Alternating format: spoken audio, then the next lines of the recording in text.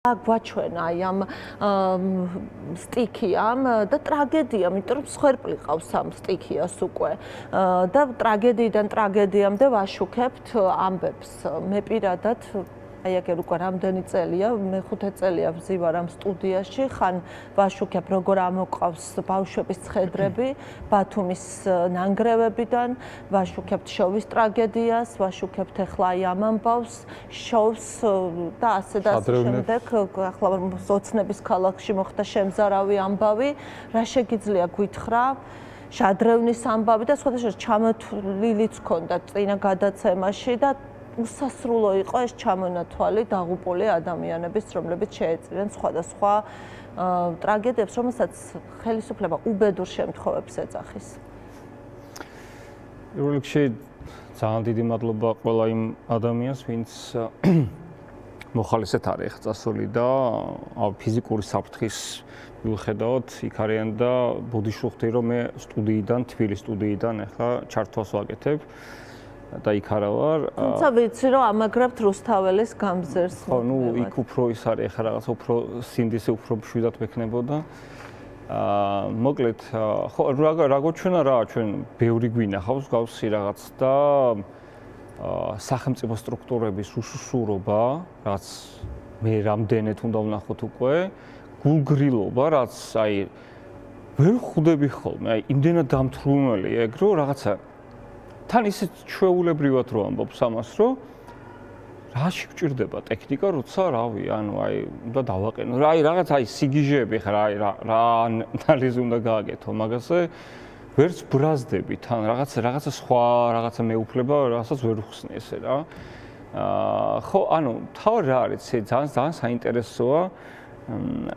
აი შოვის ამბების შემდეგ შოვის ამბები მომხდარი იყო რა თქმა უნდა, არჩევნების მერე რო აქციები იყო და გამოსვლები და ერთი ამბავი, რაც არ გაჩერდა მას შემდეგ. ერთ-ერთ რაღაცა დისკუსიაში ასაკიან ადამიანთან ეს რაღაცაზე შევყევით რა, ეს პოლემიკას ესე ვთქვათ, ის პირიქითა საქართველოს წარმოადგენდა ესე ვთქვათ და მე რაღაცა ვცდილობდი რომ რაღაც არგუმენტებით რაღაცები მელაპარაკა რა, ყოველგვარი კონფლიქტის გარეშე, ძალიან ესეთი კონსტრუქციული და ანუ ახსენა რაღაცაზე რომ მე რაჭველი ვარო.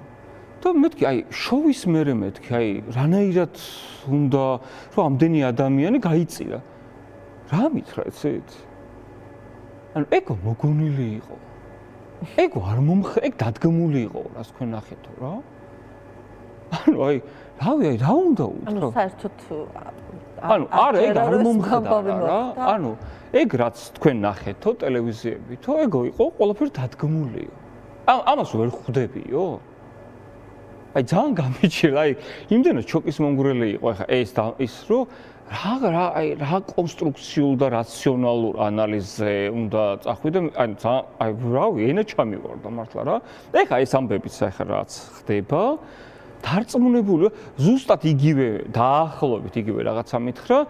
აი ამ ადამიანებს მოკლედ ერთი რაც განცდა მაქვს, რომ ვერ წარმოუდგენიათ რომ სახელმწიფო სტრუქტურა მსგავსი შემთხვევების დროს, რომ სახელმწიფო სტრუქტურები ვალდებულნი არიან, რომ ამ ამბების მოგვარებაში ჩაერთონ. და არა ჩვენ რაღაცა მოქალაქეები, რაღაც ჩვენი პირადი ფინანსებით, პირადი ადამიანურ რესურსებით რაღაცა ვეხმარებოდეთ ადამიანებს, რომ ფიზიკურად გადარჩნენ. განა რაღაცა ის ტელეფონი დავატენინოთ, ხო? ფიზიკურად რო გადარჩნენ, რაღაც ამაზეა ლაპარაკი. ანუ აი ეს მოქალაქეების მოკლედ ძირითადი ნაწილი ძალიან სამწუხაროდ ფიქრობენ დღემდე, რომ სახელმწიფოს ვალდებულება ეგ არ არის.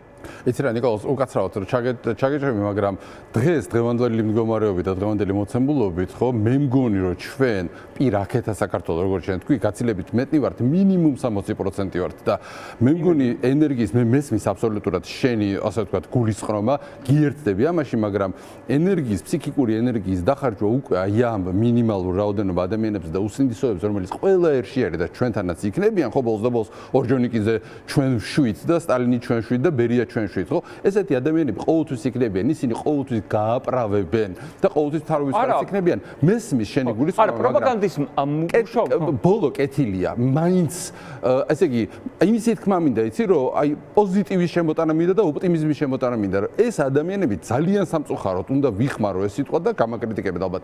ჩასარეცხები არიან, რა თქმა უნდა, არა ფიზიკურად, მაგრამ მათი მორალური სახე არის ჩასარეცხი აქედან და არ არის მათზე დარდი საჭირო. აი ის ადამიანები, რომლებიც ახლა იქ არიან, ის არის საქართველო. მე ვარ საქართველო, შენ ხარ საქართველო, გიორგი, ვიკა, ყველა ჩვენ, რომელსაც გული შევტკივა და რომელიც ახლა ძალიან კარგად თქვი, იცი რომ მეც რაღაცა შინაგანი ისა მაქვს, რა ქვია, უკმაყოფილება მაქვს, რომ ახლა აი ამ წუთას აგზივარ და კი ბატონო, რუსთაველი არის გასამაგრებელი და გეთანხმები, რომ იქ უნდა ვიყოთ, მაგრამ ამიტომ ვაძლევ ჩემ თავს უფლებას, რომ აი ჩვენ ოთხინი, ისევე როგორც ნანუკა და ის ადამიანები, ჩვენ ვართ საქართველო და ჩვენ ბევრნი ვართ.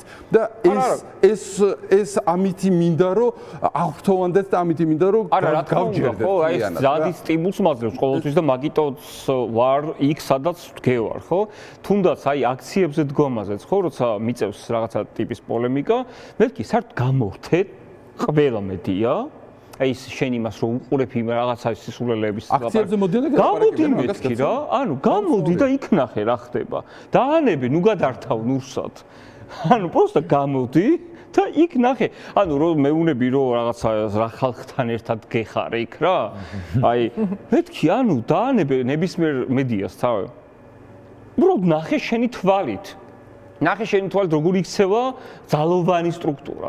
ეხლა ერთ-ერთი იმის დაპირისპირების დროს ერთ-ერთი დღე იყო რაღაცა პირდაპირ უყურებდა პოლიცია ჩემ თვალწინ სიგიჟეს, არ რეაგირებდა და ისე რაღაცნაირად აი მე რაღაცა ისეთი მოქალაქე ვარ რომ რაღაცა სულ ვცდილობ ხო ჩემ შულს ვერ ვეტყვი რომ რაღაცა არ გქონდეს მაგალითად პოლიციელის იმედი აი რაღაცა ეგეთი ვცდილობ რომ ეგეთი მოქალაქე ვიყო რა და აი ძალიან გაბრაზებულზე გზაში დავრეკი 112-ში და ანუ ისე ვიჩხუბე რომ აღარ დავრეკო მეთქი ანუ რაღაცას როცა ვხედავ რომ აშკარად ვიღაცა არღვევს და ამას ვხედავ რომ პოლიცია პირდაპირ უყურებს აღარ დავრეკო მეთქი? ნანუკას უნდა დავრეკო. ხო, ანუ აი რაღაცა ფანტასტიკაა, ხო, ანუ რაღაცა მთელი სისტემა მოარღვიეს რა. აი 112-ში რო რეკავს მოქალაქე და 112 არ რეაგირებს, ეს კიდე უფრო სხვა მასშტაბის. ანუ მატარებლის გზა რო ვერ გაიხსნა, ანუ რაზე ლაპარაკობ? იმიტომ რომ მე გამოვცადა და ძალიან შემზარავი იყო და ძალიან უცნაური განცდა მქონდა, როცა ვრეკავდი უსურობის განცდა, მაგრამ თან არ მინდა რომ რაღაცა ვერ ვითხოვ. ხო, ნიჰილიზმი რაღაც ის, მაგრამ არ მინდა ხო რაღაცა უსუსურობა ვაფრქვია, მაგრამ ხო დისკომფორტი მქონდა სერიოზული, იმიტომ რომ არ არა, როდესაც კარგად არ გძნობთ თავს, როცა უნდა თვალი გაუსწოროთ რეალობას, როდესაც ჩვენ ვართ ასე მიტოვებულები ხელისუფლებისგან, რომელსაც ჩვენს ფულს უხდით, რა თქმა უნდა უსწორობის გასაგებია. მე დავრეკე ჟურნალისტებთან, მედიასთან, ნანუკა ქაჯაია იყო ჩემს გვერდით და მაძლიერებდა. გიორგის მინდა ვკითხო ასევე აი შეფასება იმ ყველაფრის სხვათა შორის აი ამ ადამიანებს ვინც არის ახლა და ვინც ჩვენ კადრები ვნახეთ ძალიან გულის სამაჩუყებელი, მაგრამ იმიტომ არა რომ გული ავუჩუყოთ ვიღაცას, ეს რეალობაა. რეალურად ეს ადამიანები ეხმარებიან მოქალაქეებს, ეს რეალურად მადლიერები არიან, ეს არ იყო ყალბი, ასე ვთქვათ, ემოცია. აბა ხა 5 დღე ჩაიკეტოს ვინმე თოლში და უშუქობაში და უწყლობაში და იქ რო ადამიანი გამოჩნდება საკვებით და მედიკამენტებით, რა თქმა უნდა, ძალიან ბუნებრივი რეაქციაა მაყურებელს. აი, წამლებიო ესეო, ვერ უნდა მოიმარაგოსო 2-3 თვისო, ვისა? მეთი მაგის რესურსი, რომ 2-3 თვის რესურსი წამლები დღეს ამ აფთიაქის ფასებით რა. ანუ თან ვიზე ვლაპარაკობთ, ხო პენსიონერზე ვლაპარაკობთ რა. ანუ ვითომ ეს მარტივია რა. ცინიზმის აპოთეოზი. არა, ამას მოქალაქე მეუნება. ცინიზმის აპოთეოზი. შენ რაცა მათივე დაზღვევა, აი მათივე დაზღვევას რომ მოთხოვოს იგივე მოქალაქემ, ისიც კი არ ითვალისწინებს ამ ხელამარაგის იმას და თხოვენ რომ თავისი რესურსით უნდა გააკეთო, ანუ სრული როცა არ არის, ანუ იმის თქმა მინდა რომ თოვლი როდესაც არ არის, მაინც უწამლოთ არიან ეს ადამიანები, მაინც უსაკვებოთ არიან, იმიტომ რომ გურიაში ყოველი მეოთხე ადამიანი არის სოციალურად დაუცველი. ერთ-ერთი ყველაზე მაღალი მაჩვენებელია მიგრაციის და ზუსტად ამიტომაც 85 წელს რო ადარებენ, მართლა კაცი არ არის დარჩენილი, ვინც არ არის უცხოეთში წასული და ამიტომაც მარტო არიან დარჩენილები, ეს მოხუცები, იმიტომ რომ Facebook-ზე აი ეს ბოტები და ტროლები შემზარავია ხო ამის კითხვა, რომ აი რა იყო თვითონ ვერ გადათოვლავენ და არა ბებოს ვიდეოს ატრიალებენ სხვათა შორის, რომ აი ეს თუ თოლავს 85 წლის ქალი რატო არ აქვე უნდა ვუთხრათ მაყურებელს ეს არის ურთულესი, იმიტომ რომ ღამე როდესაც ყინავს უკვე თოვლის მასა ქვავდება, მძიმდება და ეს არ ნიშნავს როგორც გადაბერტყავ იმას ხეს, ასე არ ხდება. რა შეგიძლია რა გითხრა? ზუსტად ამის პასუხად ძალიან მოკლედ ვიტყვი შესავლად ერთ-ერთმა ადამიანს, რომელიც არც ტროლია და არც ბოტია, ცოცხალი ადამიანია, სხვათა შორის ისეთი ლიტერატურულ და კულტურულ წრეს წარმოადგენს ეს ქალბატონი, რომელსაც მიჭირს საერთოდ რაღაცა მას მერე რაც წავიკითხე ადამიანთან რაღაცნაირად დავაიდენტიფიცირო, დადო ვიდეო, როდესაც აქედან ჩასული მოხალისეებს მანქანა გაეჭედა თოლში და იქ დაჭირდათ მანქანის დახმარება და ეგ მაინც უთხარით მოხალისეებს, რომ დამატებით სამუშაოს მაშველებს ქმნიანო, იმიტომ რომ ეს მაშველები იქ უნდა იყვნენ და ესენი ახლა აფერხებენ მუშაობას. აი შემზარა უბრალოდ თან ადამიანი, რომელსაც ვიცნობ ამ ადამიანს, შემხვედრი ვიცნობ ახლა ღმერთმა დამიფაროს ჩემი ახლობელი და მეგობარი იყოს, მაგრამ ვიცნობ შემხვედრი, აი ეს ადამიანი წერს ამას. ერთ სიტყვით. რაც შეეხება იმას, რასაც ვუყურებთ, მე მინდა ვუთხრა საზოგადოებას, რომ იქ წასული ადამიანების აბსოლუტური უმრავლესობა ეს არის ის ხალხი, რომლებიც დიახ ნიკოლოზმა ძალიან სწორედ თქვა, რომ ჩვენ აქ დავრჩით და რუსთაველს ვამაგრებთ. კი, იმიტომ რომ სწორედ რუსთაველზე მდგომი ხალხია იქ წასული. შეიძლება ყველას არ ვიცნო, მაგრამ ზუსტად რაც შემიძლია ვთქვა ჩვენი სფეროდან, მსახიობები და რეჟისორები, ადამიანები, რომლებიც მართლა რაღაც მიჩვეული არიან თავის ყოფით კომფორტს, რომლებსაც არც გააჩნიათ იმისი ცოდნა, როგორ უნდა ჩამობერტყონ სახურავებიდან თოვლი და არც ევალდებულებად და ასე შემდეგ. აი ეს ადამიანები ხუთი ადამიანი ზუსტად ვიცი, ირაკლი კვერიკაძე, გიგა დათიაშვილი, გივიკო ბარათაშვილი, მიშა ჩარკვიანი. დიახ, კი.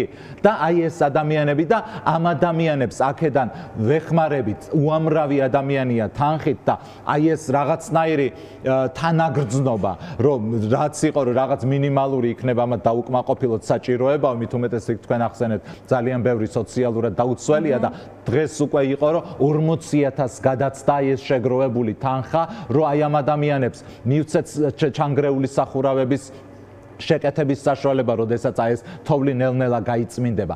დიახ, აი ეს ადამიანები არიან, რომლებიც სახელებით ვიცით, რომელიც შეგიძლიათ თქვენ ხვალ, ზეგ და როდესაც აღდგება რეპერტუარი თეატრებში, აი იქ ნახოთ, რომლებიც ჩადიოდნენ და ეს ის ადამიანები არიან, რომლებსაც რას არ აბრალებს ეს უტიფარი პროპაგანდა და აი ამ პროპაგანდის და ქართული ოცნების რაღაც მყარებლები თუ დამქაშები თუ რაღაცა ენააკაფებული ბოროტის სულები და ბოროტიენები. აბსოლუტურად არ უნდა მძიმე იყოს ეს ნათქვამი, ეს არის ისეთი ტოტალური ტყუილი, რომ მართლა მიჭირს აი იმ ადამიანებს ადამიანი ვუწოდო. და რაც შეეხება ხელისუფლებას, მით უმეტეს აი ბოლო დღეების განმავლობაში, ხო, ვუსმენთ, ყველაზე მთავარი რა არის? ხალხო და ჩვენ ხო სანამ შეფასებით ნაწილზე გადავართ, მართლა ფაქტებზე ვლაპარაკობთ. პირველი 4 დღე ფაქტობრივად დააიგნორა ხელისუფლებამ აი ეს ამხელა სტიქია, ხო? მთელი მათი პროპაგანდისტული არხები ფაქტობრივად ამბობდნენ, რომ მოთოვა, მაგრამ ეს იყო რაღაცა ისეთი რა, მე-18 ხარისხოვან ნიუსად უშვებდნენ, ისიც ყველანაირი დეტალიზაციის გარეშე და იმ არნახული ტრაგედიის მასშტაბში წარმოჩენის გარეშე, რომ ვითომც არაფერი არ ხდება. თოვლი არ გინახავს. შემდეგ თოვლი არ გვინახავსო, კი. შემდეგ ვნახეთ ადგილობრივი საკრებულოს წევრები თუ თავმჯდომარეები თუ გამგებლები თუ როგორ მოუწოდებდნენ, რომ წინა ხელისუფლებას მოთხოვეთ თუ ტრაქტორი არ თუ გამწმენდი, სწორედ დღეს იყო ხო თუ არ მეშლება, როდესაც თქვენს რომ ეხა 4 და 5 დღისთვის შეიძლება ამხელა ხარჯი გაიღოს ხელისუფლებამ და რაღაცა ტექნიკა შეიძინოს და ასე შემდეგ. ეს არაფერია იმის გარდა თუ არა ადამიანის მკვლელობაზე ხელის მოწერა და როდესაც ვამბობთ, რომ ჩვენ გვყავს მკვლელი ხელისუფლება, კიდევ ერთხელ არავითარი ერთ-ერთი სიტყვა არ არის ამ შემთხვევაში შეფასებითი. ეს არის ფაქტი, როდესაც საკუთარი მოქალაქისადმი, რომლის პირველ რიგში დემოკრატიულ სახელმწიფოში მისი სიცოცხლის დაცვის ვალდებულება გააჩნია ხელისუფლებას და მმართველობას და ამას ვერ ასრულებ და მეტიც არათუ ვერ ასრულებ, ამაზე შენ დეკლარირებულად ამბობ უარს, მეტი რა არის მკვლელობა, ძალიან მაინტერესებს უბრალოდ ნებისმიერმა გამცეს პასუხი. თუ აუცილებლად ის არის, რომ საკუთარი ხელით რაღაც ფიზიკური ზიანი მიაყენო და კი, ხო, ნუ რასაც გვიწყობდნენ ეს ხო კიდე ცალკე. და აი ამ ხელისუფლებაზე საერთოდ რაიმე ვისაუბროთ, რა მაგიტოა რომ მართლა ზედმეტად მიმაჩნია უკვე ლაპარაკი იმაზე, ოცნება როგორია, იმიტომ რომ თვითონ გამოჩნდა, ლაპარაკიც არ უნდა, ხო? ფაქტებია. ამიტომ თუ ვინმეს ამის დანახვა უნდა, მე მგონი დასანახია. თუ არ უნდა და თუ ასეთი მართლა უნამუსო, უტიფარი და გონებით, სულით და გულით ბრმა არის, მე მგონი მართლა უნდა შევეშვათ. ის რაც არ უნდა სამწუხარო იყოს, ის არ არის საზოგადოების ნაწილი. ესეც ხო ძალიან მნიშვნელოვანია, როდესაც აი ეს ქართული ოცნების რაღაცა ხარდამჭერები თუ ლაპარაკი არის მნიშვნელოვანი. და რაც თავი რას ახსენებენ, აი ვითომ ტრადიციულ ღირებულებს და ერს ახსენებენ. რომ ვითომ ამ ერის ცნების წინ წამოწევით ისინი ამ ტრადიციას უსვამენ ხაზს. ოღონდ ყველაზე მთავარი ის არის რომ მათ ისიც ვერ გაუცნობიერებიათ რომ ერი არის ეთნიკური მოცემულობა, ძალიან მნიშვნელოვანია დეფინიციაში გავერკვეთ. ეს არის ეთნიკური მოცემულობა, რომელიც ამ გეოგრაფიულ არეალში, ამ სიტუაციაში არსებობს თავისი ეთნომახასიათებლებით, მაგრამ სახელმწიფოებრივი ერთეული არის საზოგადოება. აი ჩვენი მთელი მცდელობა მიდის იქამდე, რომ ერი, დიახ, ჩვენ რა თქმა უნდა ვართ ერი, ქართველი ერი, მაგრამ ეს არ კმარა სახელმწიფოს და დემოკრატიული სახელმწიფოს შესაქმნელად. მთელი აი ეს წლების მცდელობა მიდის იქითკენ, რომ ეს ერი გარდაიქცეს საზოგადოებად და ეს ხალხი შეიძლება სრულიად გაუცნობიერებლად არ ახსენებენ, არც ცდილობენ შედგნენ საზოგადოებად, ისინი კმაყოფილდებიან იყვნენ ერი. ერი არ არის განვითარებული სოციუმის, განვითარებული კულტურული და პოლიტიკური სივრცის მახასიათებელი. ამაში უნდა გაერკვნენ და ეს შეიძლება მათ საერთოდ არ ესმით დიდ ნაწილს, მაგრამ ეს რაღაც ქვეცნობიერი შიშიც არის, იმიტომ რომ საზოგადოება ყველაზე მთავარი, როდესაც შევდგებით, ეს არის ნიშნავს, რომ მისი ყველა ერთეული როგორც ინდივიდუალურად, ისე ჯგუფურად იღებს პასუხისმგებლობას საკუთარ თავზე და ყველა დანარჩენზე. აი ამას აკეთებს ის ხალხი, რომელიც წავიდა გურიაში და ეხმარება, ამას ვაკეთებთ ჩვენ ვინც აქ დავრჩით და რუსთაველზე ვდგავართ ყველაფრის ფასად, ვსმობთ ჩვენ პირად სითბოს, კომფორტს, არ ვიცი, ჯანმრთელობას, გაციება, რამდენჯერ გადავლახეთ და ასე შემდეგ, იმიტომ რომ არ დავთმოთ. ჯარიმა რა თქმა უნდა, 5000-იანი ჯარიმები და ყველაფერს, იმიტომ რომ არ შეიძლება ჩვენ უარი ვთქვათ იმ არჩევანზე, როდესაც ჩვენი პიროვნული და ჩვენი სახელმწიფოებრივი არჩევანი გავაკეთეთ და ყველაზე მთავარი გვიყვარდეს და გავუფრთხილდეთ ერთმანეთი, საიდანაც მოდის დემოკრატიის და ჰუმანიზმის ყველა პრინციპი და სტანდარტი. მადლობა, დიდი მადლობა. ისე აქციებზე სულ ერთმანეთს ვეკითხებით ხოლმე. შენ ჯარიმა არა გაქვს? რატო არა გაქვს ჯარიმა? რაღაცა. ლევან, შენ გაქვს ჯარიმა? აქვს. ამა რაღაც სიამაყით მპასუხობ. ჩემი მეგობრები ამბობენ რომ ვისაც არ მოვიდა ჯარიმა, რომ ესე იგი რაღაცა შეასაქმენ. აი მე რო ეთერში ვიქნები და რო დამაჯარიმებენ, მაშინ უფრო მძიმედ ვარ. მე თვითონაც დაჯარიმებული, რომ ნამდვილად არ გაგიკვირდეს არ საერთოდ არ მიგვერს და ველოდები. ამ პრივილეგიით მინდა ვისარგებლო და რადგან ამდენი ადამიანი დასახელდა. და ბოლო ჯერ მინდა რომ თქვათ რეზუმე. რომ ესე იგი სამ ჩემ მეგობარს, რომელიც ეხლა ამ წუთას იქ არიან, მოკითხვა და მხნეობა უთხრა, ეს არის ნინო ლაღიძე, ეს არის ნანა მეფარიშვილი და ეს არის ვანო სხირტლაძე. თუ ისე მათი თამადობით და ნანოკას და ყველა იმ ადამიანის თამადობით მინდა მხნეობა და რაც შეიძლება მეტი ენერგია, რომ მეტი ჩვენი იქ ადგილობრივად მაცხოვრებელი ადამიანი გაამხნევონ, გადაარჩინონ სულიერად, თორე ფიზიკურად რო გადარჩებიან ეს დათავაძემ დადო ვიდეო, სადაც ანდროს სადამ დააკავებდნენ, იქ არის მიშა ჩარკვიანი, ირაკლი კვირიკაძე, დათა თავად და ანდრო. და მაშო სამადაშვილმა გადააზიარა, ახლა ვკითხულობ, აი ახლა მაშო მიშა და ირაკლი ქვემონატანებში ხალხს ეხმარებიან და ანდრო ციხეში იზის. მართლა როგორ ზედაპირზეა სიმართლე, დანახვა თუ გინდაო და რაღაცნაირად ვუყურებ ამ ვიდეოს ვიდეოს და უცნაურია თან ჩემთვის აი ყველაფრის გააზრება რაც ხდება. ბოლოსკენ უნდა წავიდეთ კი ბატონო. ერთი კიდე ძალიან ანუ ადამიანები ხო ისა მნიშვნელოვანი და ვინც უყურებთ ახლა ამ ვითარებას ძალიან მძიმე ვითარება მიუსაფარი ცხოველების ნამდვილად აი სრული ჯოჯოხეთია და ყველას ძალიან მინდა გთხოვოთ მით უმეტეს იმ რეგიონებში სადაც ესეთი ამბები ხდება უბრალოდ იქნებ ცოტა თქვენი წილი პასუხისმგებლობა აიღოთ რომ იქნებ რამოდენიმე დღე გადავარჩინოთ ეს ცხოველები თუნდაც პატარა პურის ნაჭერიც რო გადაუგდოთ და სითბო შესთავაზოთ იქნებ ცოტა ხანი გააძლებინოთ რა ძალიან დიდი თხოვნა იქნება ჩემი პირადად დიდი მადლობა თქვენ ამ შესაძლებლობისთვის და იმისთვის რომ